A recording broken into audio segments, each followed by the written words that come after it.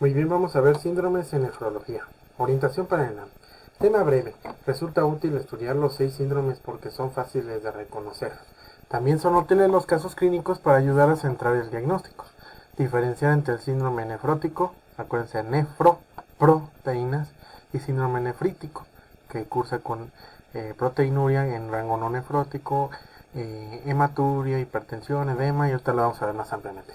Diferenciar entre la insuficiencia renal aguda e insuficiencia renal crónica, más que nada por el tiempo, y recordar los cilindros y dónde se ven.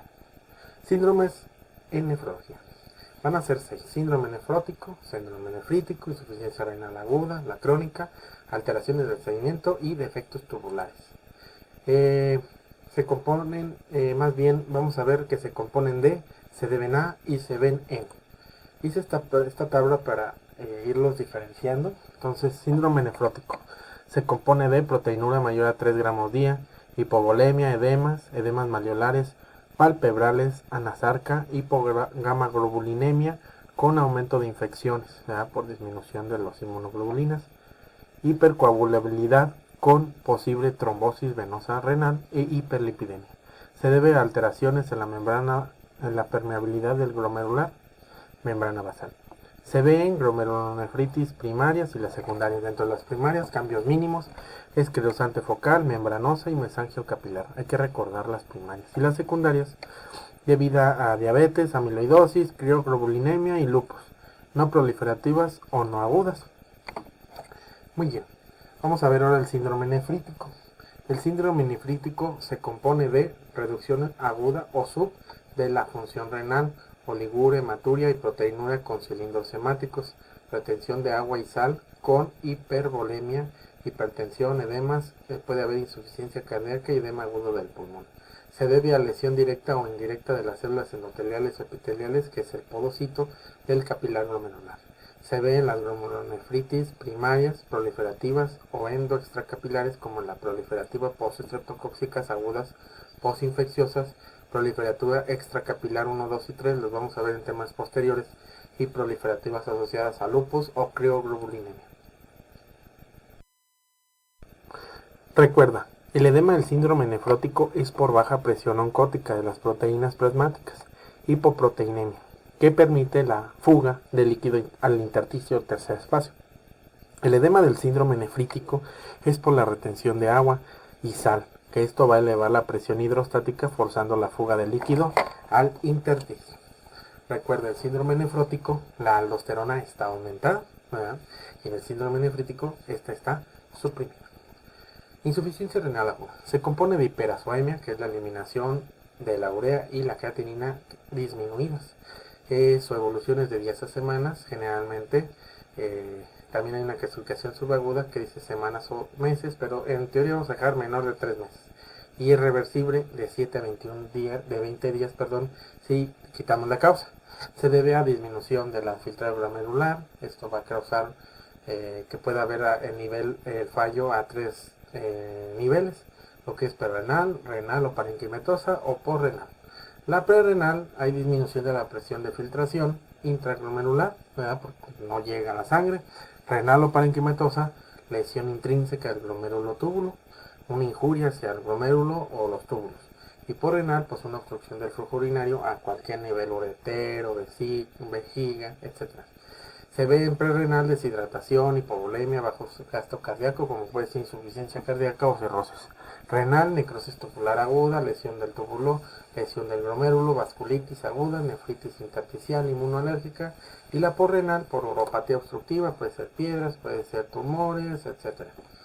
Insuficiencia renal crónica, entonces se compone de aumento de la urea y creatinina mayor de 3 meses, carácter evolutivo y progresivo. Al principio va a haber un aumento del fósforo y por ende de la paratormona, va a haber disminución del calcio y hematocrito, ahorita vamos a ver por qué, y tendencia a acidosis metabólica y a hiperpotasemia. Se debe a pérdida progresiva y irreversible de las nefronas. Esto produce una disminución del filtrado glomerular y va a haber acúmulo de productos tóxicos, se va a disminuir la vitamina D, esto va a generar a la osteodistrofia, y la eritropoyetina, esto genera anemia. Y también va a haber disminución de la formación del bicarbonato y esto va a generar una acidosis metabólica. Y va a haber aumento de la fibrosis intersticial y esto va a favorecer a la disminución del tamaño renal. Se van a hacer hipoplásicos, alteración del metabolismo fosfocálcico y esto se le va a llamar uremia.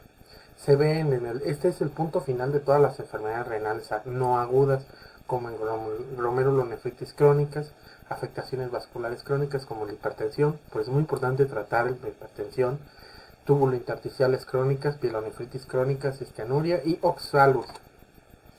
Y las alteraciones del sedimento se componen de alteraciones renales y modificación de la función del túbulo, como son hematuria, proteinuria, albuminuria en rangos no nefróticos, o sea menores de 3 gramos día, cilindruria y leucocituria y otras alteraciones como descamación celular, cristaluria, etc. Hay múltiples casos. La hematuria va a reflejar una lesión del mesangio capilar, la proteinuria una alteración de la barrera de la permeabilidad, cilindruria suelen producirse cuando se reduce el flujo de la orina y esto precipita las proteínas y se van a formar a los bordes internos de los cilindros. Cuando son hialinos es un molde proteáceo, insuficiencia renal. Esto se debe a menor flujo sanguíneo o menor perfusión hacia los riñones. Entonces se van a formar cilindros hialinos. Los granulosos son restos de células tubulares muertas y esto ocurre en la necrosis tubular aguda, ya sea por algún tipo de tóxico o sustancia, ¿verdad?